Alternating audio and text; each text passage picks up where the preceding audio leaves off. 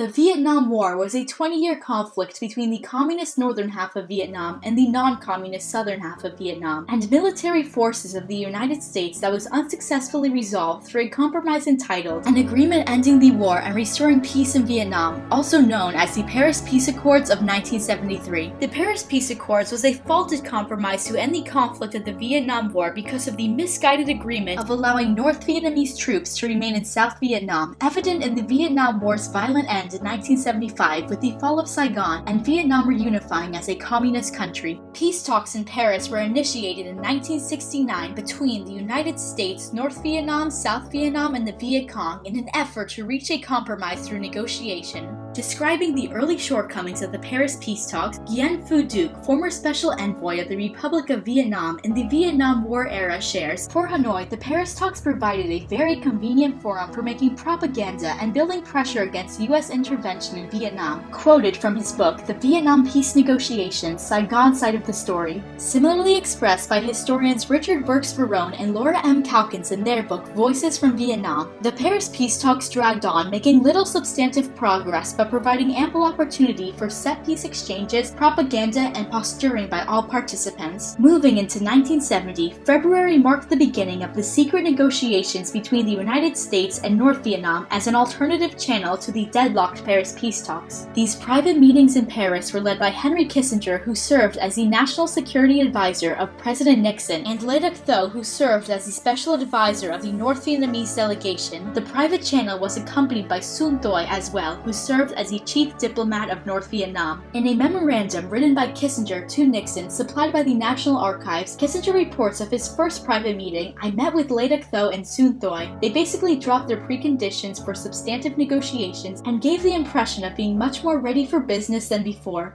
The year 1971 saw further progression in Kissinger and Le Duc Tho's private meetings. Resuming the meetings in late May, Kissinger proposed a 7-point peace plan considered by President Nixon as the most far-reaching proposal yet. Kissinger's plan was significant for placating the North Vietnamese by proposing a date for U.S. troop withdrawal without demanding a bilateral withdrawal of both U.S. and North Vietnamese troops from South Vietnam. According to award-winning historian Theodore Draper, to the North Vietnamese only one thing mattered: that the United States should withdraw its forces from Vietnam, while the North Vietnamese kept their forces in the south. The main achievement of the negotiations was effective capitulation to the North Vietnamese terms. Evidently, the 7-point peace plan sacrificed the protection of South Vietnam, which, in the words of biographist Walter Isaacson in his book Kissinger, was appalling betrayal of the South Vietnamese and intentionally misled an ally, as the unilateral withdrawal of U.S. troops remained in the drafts of the compromise until it was signed on officially in 1973. The plan did, however, encourage North Vietnam to deliver serious negotiation. In June, Le Duc Tho and Sun Toi responded with a counter-proposal of 9 points, which Kissinger acknowledged as the first time Hanoi presented its ideas as a negotiating document and not as a set of peremptory demands. Soon after, on July 9th and 10th, Henry Kissinger and his advisor Winston Lord carried out a secret trip to China to meet with Chinese Prime Minister Zhou Enlai in Beijing to utilize a new approach of the United States, building diplomatic relations with North Vietnam's greatest supporters. Elaine Ciolino, former Paris bureau chief of the New York Times, states, "The encounter established the eventual normalization of relations between the two countries." Historians Charles Stewart Kennedy and Nancy Burnkoff Tucker of the Association for Diplomatic Studies and Training state, "It became clear to the Nixon administration that ending the war in Vietnam and opening relations with China could be a two-front victory." In 1998, Kennedy and Tucker interviewed Winston Lord, who reflected of the secret meeting with Zhou. "Kissinger and I thought that we had pulled off two historic encounters in one trip, the opening toward China and moving towards settling the Vietnam War." In 1972, the United States continued their new approach at compromise as Nixon arrived in China on February 21st to meet with Chairman Mao Zedong with intent to solidify the groundwork for new diplomatic relations with China and tactically gain attention from Russia for an eventual détente with the USSR. Commented on by Jeremy Surrey, a distinguished chair for leadership in global affairs at the University of Texas, both Nixon and Kissinger recognized that the United States would benefit from negotiations with Mao's regime. They also recognized that Chinese tensions with the Soviet Union created an opening for Washington to play one communist government against the other for American interests. Agreed with by Ken Hughes of the Miller Center, Nixon's visit to China produced an immediate improvement in American relations with the USSR.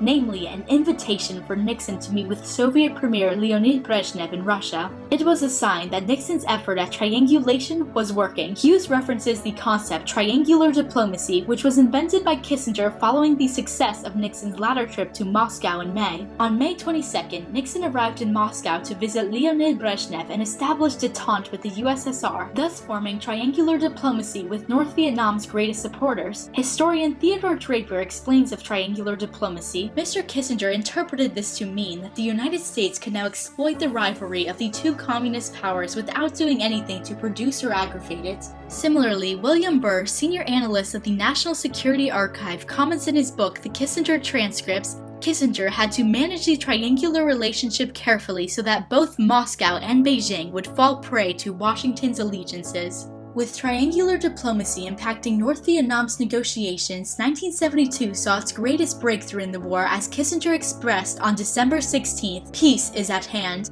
However, the momentum of the compromise was hindered by South Vietnamese President Nguyen Van Thieu's recalcitrance to approve of the treaty drafted by Kissinger and Le Duc Tho, as it allowed for enemy troops to remain in South Vietnam. Thieu's non-committal attitude caused Nixon to resort to sending Thieu a letter on December 17th containing an ultimatum dictating that Thieu must approve of the treaty or else the United States will drop South Vietnam from the peace settlement and seek a compromise solely serving the U.S. 1973 began with Thieu's unwilling approval of Kissinger and Le Duc Tho's draft of the treaty on January 21st. Then, soon after, history was made. On January 27th, 1973, the Paris Peace Accords were signed by the United States, North Vietnam, South Vietnam, and the Viet Cong under the document's official name, an agreement ending the war and restoring peace in Vietnam, and dictated a ceasefire in Vietnam, a withdrawal of all 23,700 U.S. troops and advisors in Southeast Asia, and the dismantling of all U.S. military bases in Southeast Asia within 60 days. In return, the North Vietnamese agreed upon releasing all prisoners of war. The parties jointly agreed on the withdrawal of all troops in Laos and Cambodia and the forbidding of bases and troop movements through these countries. The demilitarized zone of Vietnam at the 17th parallel would remain as a provisional dividing line until the country reunified through peaceful means. A 1,160-member International Control Commission was ordered to supervise this agreement. However, if North Vietnam continued their aggression towards South Vietnam, the United States would be permitted to resupply the South Vietnamese military on a piece-by-piece basis. The accords were effective in withdrawing the United States troops from Vietnam and exchanging the prisoners of war within a short period of the accord signing. However, the accords fell short in many respects. In August 1974, Nixon resigned from presidency and Gerald Ford took office, which further encouraged North Vietnam to test the commitment of the United States to provide South Vietnam with military and economic aid.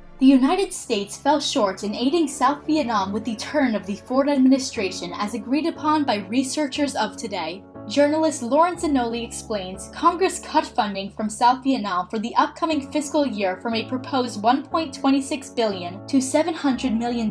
These two events prompted Hanoi to make an all-out effort to conquer the South. Melvin R. Laird, Nixon's defense secretary in the Vietnam era, describes the cut funds in his 2005 article of Foreign Affairs. Congress snatched defeat from the jaws of victory by cutting off funding from our ally in 1975. And in 1975, as North Vietnamese forces worked to close in on Saigon, North Vietnam in no way respected the Accords' pledge of putting forth effort to reunite Vietnam through peaceful measures. As a result of South Vietnam's sure fate of being usurped by the North Vietnamese, on April 21, 1975, Nguyen Van Thieu resigned from presidency of South Vietnam in an emotional speech reflecting the United States' breaches and commitments established in the Accords. Thieu expresses, there was a promise that if the communists intruded and invaded again, there would be a reaction, but there was no reaction. This amounts to a breach of promise, injustice, lack of responsibility, and the inhumanity towards an ally. Today, Vietnam is a one-party communist state and has been since North Vietnam's April 1975 victory of capturing Saigon, which was renamed Ho Chi Minh City. Evidently, the capture of South Vietnam is significant in its reflection of the faults of the Paris Peace Accords. The treaty's history of misguided agreements of allowing North Vietnamese troops to remain in South Vietnam reflect the overall unsuccess of the treaty and North Vietnam's failure to respect a compromise by continuing war, and the United States' failure to aid South Vietnam Vietnam as South Vietnam fell to communism. Ultimately, the continuation of the conflict 2 years after the compromise is evidence in itself of the compromise's absence of achieving peace. However, while the Paris Peace Accords of 1973 greatly failed in meeting the compromise to bring about true peace, they stand significant for their communicative effort to end a 2-decade-long war through negotiation during a time of violent conflict.